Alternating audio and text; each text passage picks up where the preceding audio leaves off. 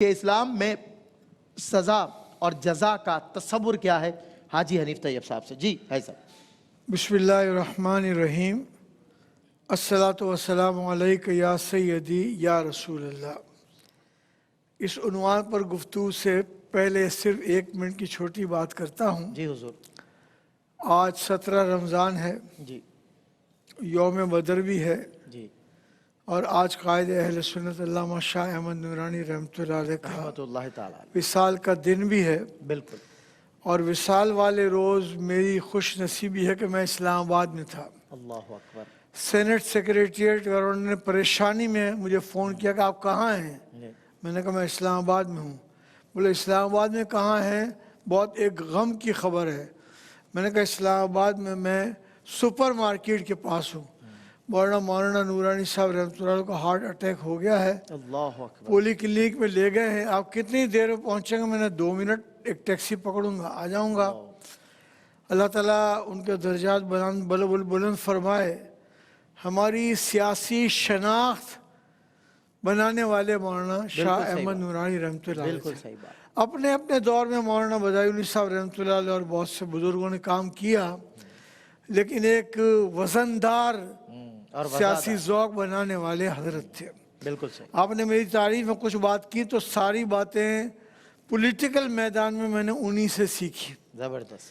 اور چونکہ آج ٹاپک دوسرا بھی ہے تو اس لیے میں سزا وزا پہ آ جاتا ہوں. جی جی اسلام میں کہ دراصل اللہ نے ہمیں اس دنیا میں بھیجا ہے، صحیح ایک امتحان دینے کے لیے بھیجا ہے. صحیح. اور پھر اس امتحان کے بعد ہماری حاضری ہوگی کہ ہم نے امتحان گاہ میں کیا کیا کیا تھا. صحیح. اس حاضری میں اگر نیکیاں زیادہ ہوئیں تو آپ کو جزا ملے گی، بالکل ایسا ہی. اور اگر اس دنیا میں ہم برے کاموں میں لگ گئے، شیطان کے بہکاوے میں آ گئے، مشہور و معروف سارے برے کاموں میں لگ گئے جن سے قرآن بھی روک رہا ہے، حدیث بھی روک رہی ہے، تو پھر ہمارے لیے وہاں سزا ہے. صحیح. اور وہ سزا ایسی ہے کہ جس سے ہماری جو تھوڑی بہت بھی نیکیاں ہوں گی وہ برباد ہو جائیں گی. بالکل ایسا. اسلام نے جو سزا دی ہے اس کے بارے میں کچھ دنیا دار لوگوں کا کنسیپٹ یہ ہے کہ سزائیں سخت ہیں. بات یہ ہے کہ جس کے ساتھ ظلم ہوا ہے، جس کو قتل کر دیا گیا ہے، جس کو بالکل لنگڑا لولا کر دیا گیا ہے، جس کی اور نسلیں برباد کر دی گئی ہیں، ان سے آپ کو کوئی ہمدردی نہیں ہے. صحیح بات ہے. اور جہاں جہاں بھی سزائیں سخت، حدود وغیرہ نافذ ہیں، تو ظاہر ہے کہ وہاں کا ماحول اچھا ہے. صحیح بات. اللہ تعالیٰ کا فضل ہے. میری جو جسم کی جو فارمیشن ہے، جس کو ایمبریو فارمیشن کہتے ہیں، وہ مدینہ منورہ کی ہے. الحمدللہ. پاکستان بن رہا تھا، ہمارا خاندان مدینہ منورہ میں تھا، الحمدللہ.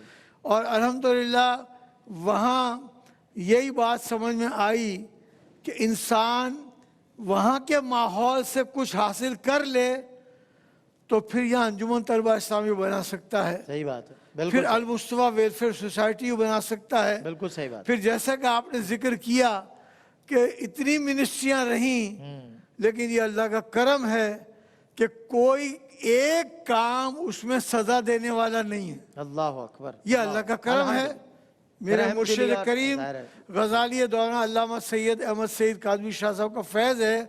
تو اس لیے میں تو یہ 2 تو ہیں علماء. آپ نے علماء کا پینل کہا، جی جی. یہ علماء ہیں. میں نے بڑے بڑے علماء کے سامنے بیٹھ کر وہ درس حدیث دے رہے ہیں، علامہ کاظمی صاحب رحمۃ اللہ، علامہ حضری صاحب، قاری مشرف الدین صاحب، تو میں بیٹھا ہوں اور سنا ہے. تو اس سنے ہوئے کی روشنی میں عرض کروں گا کہ آج آپ کے سامنے یہ ٹیلی ویژن آپ کو بیدار کر رہا ہے. بالکل صحیح. جو غلطیاں ہو گئی ہیں ٹھیک ہے.